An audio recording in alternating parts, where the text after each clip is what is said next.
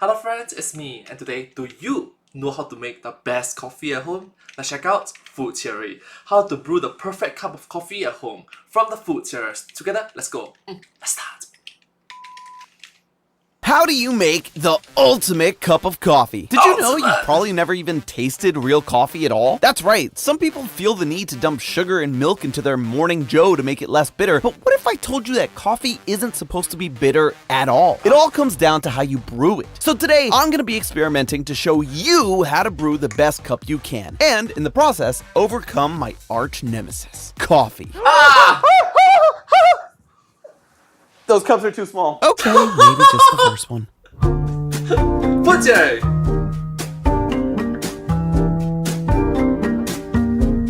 Hello, Internet! Hey! Welcome to Food Theory, the show to help kickstart your day. Honestly, it's probably only second to coffee, and that's exactly what we're talking about today. I don't know about Hello Internet, welcome to Food Theory. Hi. you, but for a long time, I wasn't a coffee drinker. Maybe because I was drinking so much Coke that my body didn't need caffeine from another source. But everything changed when the Fire Nation, force of habit. Everything changed when I started living the assistant in Hollywood life. Early mornings, late nights, it was either coffee or bathing in Red Bull, and only one of those allowed me to be far less sticky during the day. Since then, I've started dipping my toes more and more into the world of coffee. And I'm obviously not alone in this. 73% of the American population drinks coffee every day. Amy makes up about half of all coffee sales every year in the continental United States. But what even is coffee? Simply put, Oh, Vsauce! it's a beverage brewed from a roasted coffee bean, but it gets complicated fast. What kind of bean? Light, medium, or dark roast? How finely do you grind those beans? Should you add sugar or milk? How much do you need to spend on a machine to make a simple black cup of coffee without that bitter flavor? It's a lot of questions to answer, and to be transparent, I knew I was gonna need some help with this. I needed to bring in someone that has coffee in their veins, someone that's been drinking it for their entire lives, and now that I think about it, that probably wasn't even an exaggeration. And that person is none other than my wife, Claudia. Hi, friends. Introduce yourself, because this is your first time on camera. How does this feel? Really weird.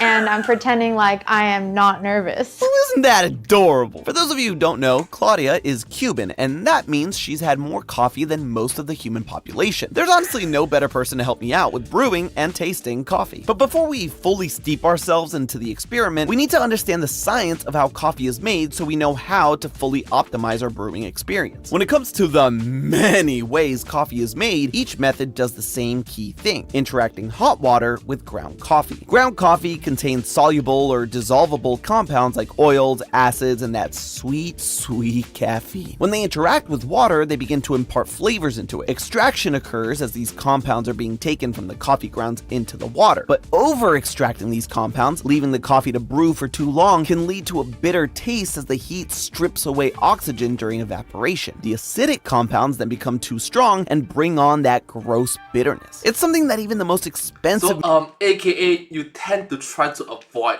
that situation. Yeah. machines don't fully help you get rid of. With that in mind, we'll be using our AeroPress today because even though there's a whole lot of options, some of them are way too technical or expensive for the average person, or just take way too long. I've been using AeroPress for some time, and I gotta say, it saved me on my road trip. The travel kit helped me through some tough times, especially when I was having to taste all the gas station coffee, which not only ranged from bad to okay, but also became my worst enemy in the process. And I'm not just biased because this is where I burned the giblets. That is In case you're not familiar, AeroPress is designed to give you I watched that video! Hey! smooth, rich coffee without any Okay, sorry, I feel bad for you. It spilled onto your clothes, so sorry.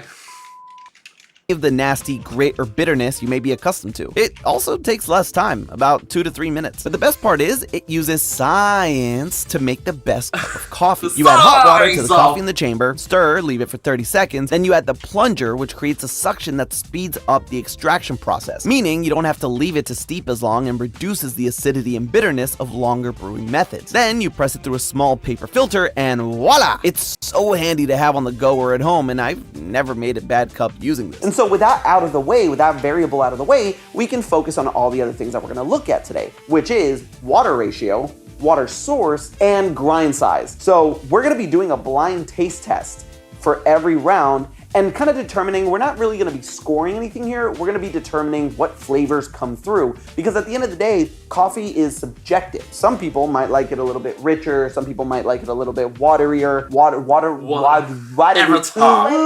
This is gonna be a long one. While we brew our first batch of coffee with the power of dance, let's take a look at why we're even testing water ratio in the first place. It may seem odd, but there's no standard coffee recipe, and people like making different amounts, so ratios are the best way to keep things consistent. Now, there are quite a few agreed upon standards, and we'll be testing each one to see how the coffees will differ. The options. But having said that, he makes a very good point. It's subjective. What you find is meh might be perfect for others, and what you find meh might be like even worse for others. So. We used our 1 to 17, that's 17 grams of water for every gram of coffee, 1 to 18, which is recommended by the Specialty Coffee Association and is known as the golden ratio because it supposedly has the best balance of strength and flavor extraction, since more water means more extraction. And finally, we'll be pushing the upper limit with 1 to 20. Things started off a bit rocky, with Claudia just forgetting what we were doing entirely. That's good. Okay, this is about, like, you have to say what you're tasting. This is just not like you drinking coffee. It's hard finding good blind taste testers these days. She got the hang of it though. I see your eyebrow, I see your eye twitching through the headband. It's bolder, but not like in a better way. It had a bold flavor, but a bold acidic flavor. I think this is the one that you said. This one's not that flavorful, I will say. Like, it's a little more watered down. Okay, but it's a little more watered down than I would assume that I normally have my coffee. This honestly stumped us in the moment. But while there's less water, which means the coffee should be more concentrated in the final drink, it also means there's less water to extract the flavor of the coffee. This gave us a more acidic, seemingly watered down flavor. The biggest surprise in this round though was the 1 to 20 ratio. Ooh. Oh, okay, there's a lot more flavor there. It's not too strong, it's not too light. Right in the middle. While there was a more mellow, less intense flavor than the other two, it was much more enjoyable of a sip for both of us, despite Claudia normally liking her coffee strong enough to melt concrete. The presence of more water allowed for more of the complex flavor to be extracted from the coffee beans for a better overall experience. As for the golden ratio, it didn't seem all that golden. In our taste test, both of us noted that it was the most intense flavor, but to the point of being overpowering and still slightly acidic. So if you're someone that likes your coffee to punch you in the mouth with intense flavor, the golden ratio might just be for you. But if you want to enjoy a nice breakfast sipping on your coffee, the 1 to 20 is your best bet. But it's not just about how much water you're putting in to brew your coffee, it's also about where you're getting your water from. Whether Alright, I'll be very honest with you. There'll be definitely a YouTuber is like, 1 to 17, 1 to 18, 1 to 20. I'm confirmed there will be a video about, let's try 1 to 21 instead. Hey. I don't think I'll be doing it. Will I? tap water, filtered water, or distilled water. The difference between filtered and distilled being that filtered water typically still has minerals that go through, while distilled water is made by boiling it and then condensing it back into a liquid, removing any and every mineral and impurity the water may have. In theory, food theory, distilled water should give the most coffee flavor, but it was time to put our tongues to the test. Do you taste the land? Do you taste the fridge? Do you taste nothing? I'm not getting like strong notes of any specific flavor. Not a strong start for tap water, but the distilled was a clear favorite for Claudia. Ooh, this one is way better. I mean, not way, that's dramatic, but it's definitely better. Makes sense. She's a big fan of the coffee flavor. Me, on the Oh, Santi's shirt. FNAF 5 Nights at Freddy's. other hand, I tasted things that weren't even there. It's almost metallic. It really is, like, I can taste calcium or magnesium or something in there. There's an easium there I can taste. Only thing I was tasting was my own BS there, clearly. And while the tap water tasted okay to me, the filtered water was where my clear favorite came through. Ooh, okay. Oh, there's a big difference The here. question became, why? Why was filtered water such a big difference from tap water? Both of them contain a variety of minerals like magnesium and calcium that can interact with the compounds in the coffee brewing process. Magnesium tends to bring out fruitier, more acidic notes, while calcium enhances chocolatey, creamy flavors. Those sound like good things, unless you're someone like Claudia who likes pure, unadulterated coffee. But for someone like me, you want those other notes to come out for a more balanced experience. experience. The difference between the two sources, though, comes down to the hardness of the water. Yep, hardness. Water can be hard. Get your mind out of the gutter. What it means is the concentration Hey, let's keep this family friendly and wholesome. Thank you.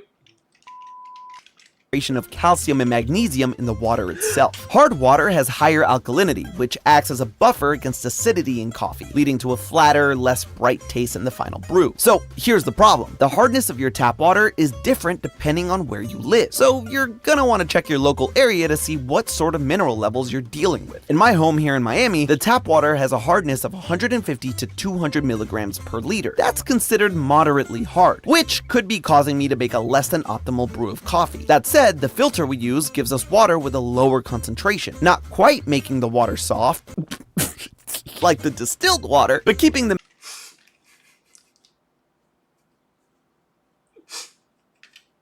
Let's keep this wholesome and fan friendly. Thank you. Thank you. magnesium and calcium that helps highlight all the complex flavor in the coffee itself. So we finally settled the amount of water and what type of water you should be using. But there's one final crucial element in brewing the best coffee, and that's the grind size. Now, this will depend on what sort of method you're personally using, since some of them require a specific grind size. But with our AeroPress, we're able to play with a range of sizes. We're sticking with medium fine, medium, and coarse to keep things in 3 different enough sizes. But not before a surprise guest appearance. Hey! What is happening? It's Kenji. He came Is he here? Yes. My baby. Hello, everybody. Whether it's on the Hi, road everybody. or on a regular shoot, he's gotta Oh, I got that. Hello, friends. Hi. be the center of attention. This dog, man. When it came to the grind sizes, we got a surprise of our own. And for Claudia, not a pleasant one. Whoa, way waterier. I don't love this. See, this one already a little more watery. I can kind of taste it's a little stronger, weirdly enough. You know, at the front of the mouth, it's right here, right here. I think Whatever that means. It means it's right there. You know what I'm talking about, right? Let me know in the comments below if you get me or if you're on Claudia's side here. In any case, the Comment down below. Thank you so much. Thank you. Thank you. surprise is that the watery coffee was actually the finest grind. Reason being, the smaller the coffee grounds, the more surface area that's being extracted, meaning a stronger flavor in less time. But for both of us, there was actually less of that flavor that we were detecting. The coarse grind was the hero for both of us in this round. Not necessarily because of the strength of the flavor, but the balance. It even got Claudia to do a little shimmy. I like this one. Really well balanced, not too strong, not too light. ooh, okay. So this one's a little more watered down than the previous two. This one's very easy to drink. See, despite the larger, coarser grind having less surface area to give up that delicious flavor, when extracted correctly like we did here, what flavor does come out is more nuanced, complex, and complete. There is a caveat though. Both of us agreed that while the coarse grind lent itself better to drinking with food like your morning breakfast, the medium grind was the way to go otherwise. If you're someone that likes to have like your afternoon coffee by itself with a good amount of flavor, this one right here is the way to go. With that, we've made our perfect cup of coffee. Balanced, flavorful, and delicious. But some of you might be wondering, why haven't we included milk or sugar? Well, that's because one of the main reasons sugar and milk are added to the coffee is to mask the bitterness of it, either by sweetening the coffee with sugar or using milk to balance the acidity. But we've just learned how to make a coffee that doesn't have that unwanted bitterness, so milk and sugar aren't needed to mask it. But I will accept that there are more reasons than just that. Some people just prefer the taste with milk added. It makes the drink smoother, or just prefer a slightly sweet coffee so they add sugar. To those people out there, don't worry, I got you. Because now that we have the perfect black coffee, we're gonna experiment with different types of milk and sugar. Not so that we can mask those unwanted flavors, but to help you get your ultimate cup no matter how you prefer it. You know what that means? Coffee Brew Dance Party! The 3 most commonly used sugars, not counting those artificial sweeteners, are brown, white, and cane, or raw sugar. Essentially, all 3 come from the same source, sugarcane. Raw sugar is unrefined but processed, meaning that most of the molasses is removed, but some remains, giving it a sweet taste with a tinge of the rich caramel flavor of molasses. White sugar is the refined and processed version, meaning it has no molasses, so after processing, what's left is that white sugar crystal. Brown sugar has molasses added back in, which is what gives it that darker color and richer flavor. Now, we're not looking at which one is healthier or anything like that. We're here for the flavor, for the taste. Speaking of, we both agreed on a favorite. So this one's way better. Not only does the sugar taste like more natural sugar, like a natural sweetness, the sweetness is like vibing with the coffee flavor. Like they're friends, they're dancing, they're not battling, like they're one with each other.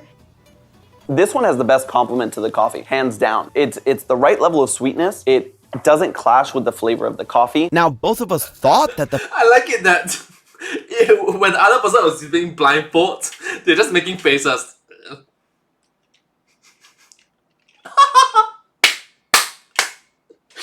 The chemistry is just way too funny. favorite was brown sugar, but it turned out to be white. This actually makes sense. The molasses I mentioned earlier in the brown and cane sugars add caramel and toffee notes that end up enhancing our perception of sweetness, whereas white sugar has a neutral flavor. So if you're looking to sweeten up your coffee without compromising the taste, then white sugar is the way to go. With our preferred sugar decided, there's one more question we wanted to answer. Does the order of operations matter? I've always wondered this. Does it make a difference if I put my packet of sugar in the mug and then pour the coffee, or pour my coffee and then stir in my sugar? We were both fairly certain it wouldn't make a difference, but boy were we wrong. This is really interesting. The one that had the sugar in it is much sweeter. There's a very apparent... Yeah, the one with the sugar tastes sweeter. It's like saying the one with the salt tastes more saltier. difference in the sweetness. Whereas this one, you get way more coffee and only a little bit of sugar. Yeah. Here, you get a lot more sugar. Honestly, it masks the taste of the coffee a little bit more. To be completely honest, I had no idea that this would actually make a difference, but it 100% does. The sugar being put in before and then pouring coffee on top allowed for better dissolution and distribution of the sugar throughout the liquid. When the coffee hits the sugar as it's being poured in, the dissolving process starts, where if you just stir it in immediately, some of the sugar may remain undissolved, making the coffee seem like it's less sweet. Point is, if you don't want to mask the flavor of your coffee but want some sweetness, stir in white sugar into the coffee. Don't put it in before. And last, but Depending on what you like, because it's subjective, but the more you know. Interesting. Thank you. certainly not least, milk. Now, most commonly, you'll find places that put steaming hot milk into coffee. It gives it the delicious foam baristas make awesome little drawings in, but it also prevents the coffee from cooling down too much, something that is absolutely a drawback, as we learned with room temperature milk. Now it's masking the flavor of the coffee. Yes, I taste more milk. I taste way more milk than coffee. And if you're someone that doesn't want to deal with heating up your coffee, just want to add it straight from the carton in the fridge, that is not the way to go. Oh, I don't like that. Yeah. Nope. Nope. We already talked about how hot water helps extract the good flavors and compounds in the coffee, and that process continues as it stays hot. If you add cold milk, you're muting those flavors you just worked so hard to make. Not just that, it adds something even less yummy. It tastes sour, like immediately. I feel like the cold milk, like it's not curdling or anything like that, but keep in mind, this coffee is 185 degrees Fahrenheit, so the cold milk suddenly being poured in there, brought the temperature down so much, but it gave it a sour flavor. Yeah, I really wish I could untaste that. I'm not here to yuck anybody's yum, but if you're looking for balance and don't want to lose the flavor of your coffee to sour coldness, don't put in milk straight from the fridge. So now you know everything. That's a very good point. So if you want to prepare putting milk beforehand, take your milk out of the refrigerator and then you do the stuff. Okay, don't do it. Don't do the take out milk from refrigerator as the last step. Okay.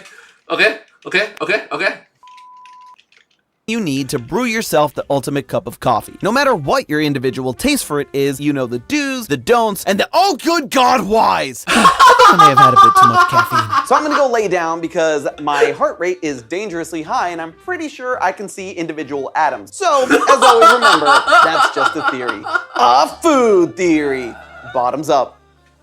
And I want to say a big thank you to AeroPress for sponsoring today's video. And they want to say thanks back by giving us an incredible offer for you. Visit aeropress.com/foodtheorist and use the promo code foodtheorist to save 20%. Stop wasting your time and tongue with bad coffee and say hello to flavor by going to aeropress.com/foodtheorist and using the code foodtheorist at checkout for that sweet, sweet 20%. Thanks again to AeroPress for sponsoring today's episode. And as always, I'll see you next week. Well, thank you so much. Hope you enjoyed. I have fun watching this video. It's very entertaining and very enjoyable to watch. So, great job. And also, thank you so much. The two of you are lovely to watch. Very entertaining to watch. Great job, by the way. And also, I love the entertaining vibe and also educational vibe. Entertainment! Yeah! But hey, that's just a theory. A food theory. Bon appetit. Wait. Bottoms up. One more time, okay? But hey, that's just a theory. A food theory. Bottoms up. And I hope to see you in my next video. Thank you so much. Subscribe. Thank you.